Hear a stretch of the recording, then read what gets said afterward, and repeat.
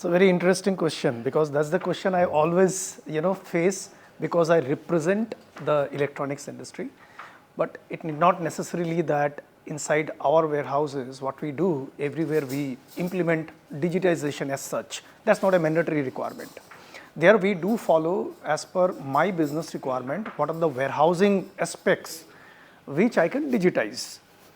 The way any organization will do a cost benefit analysis, I also do the same cost benefit analysis, look into it from an ROI point of view. So I think as far as digitization in the warehousing is concerned, it is directly associated with the expectation of the organization. Say for example, certain organization, for them the turnaround time inside the warehouse is very important. Say e-commerce companies, right? So they would like to see each order how much time it is taking. So they want visibility order by order to track the turnaround time so that the customer requirements of say 50 minutes delivery that can be taken care of. So for those warehouses the digitization will be different. In our case, from a digitization point of view, what is important, because in our warehouses we keep very high value goods. So in a small warehouse space of say 1,000 square feet, I might have crores of inventory lying there. So for me, the digitization is important from a safety and security point of view. I need eyes and ears inside the warehouse to see that what's happening with my inventory. Okay, whether there are any possibilities of pilferage, whether people are checking the right product, whether they are shipping the right product, because for me the cost of a correction is pretty high.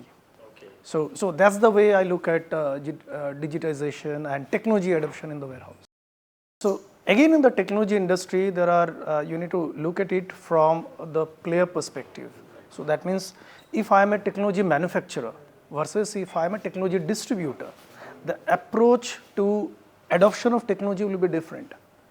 Like, I will talk about real monetary sense here, right? If I am a manufacturer, possibly my levels of margin that I earn in the business is different compared to being a distributor. Number one. Number two, which is again the count of transaction that happens inside the warehouse. For large manufacturing organizations in the electronics industry, they don't want to spend much time and effort in the distribution. That is the reason they have a distribution network. Because it's a highly technology centric industry, their main focus area is development of new products, bringing new technology into the market.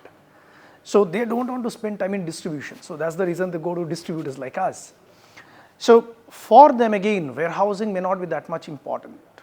For them it will be bulk load in and then bulk load out, which doesn't require too much of visibility, technology adoption, etc. Right?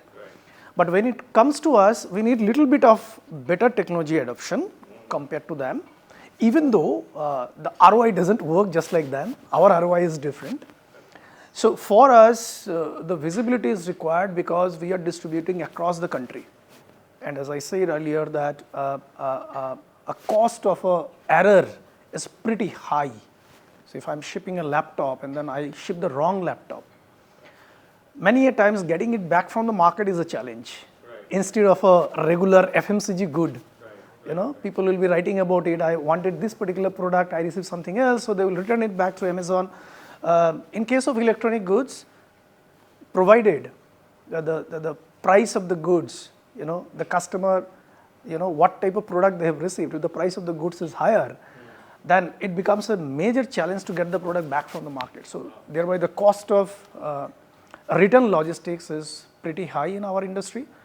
So that's where the technology adoption comes. In our case, it's an end-to-end visibility of from the time customer places the order till the time I ship it back to the customer, and also the return logistics. So everything we have a digital visibility in terms of KPIs, order to order, shipment to shipment.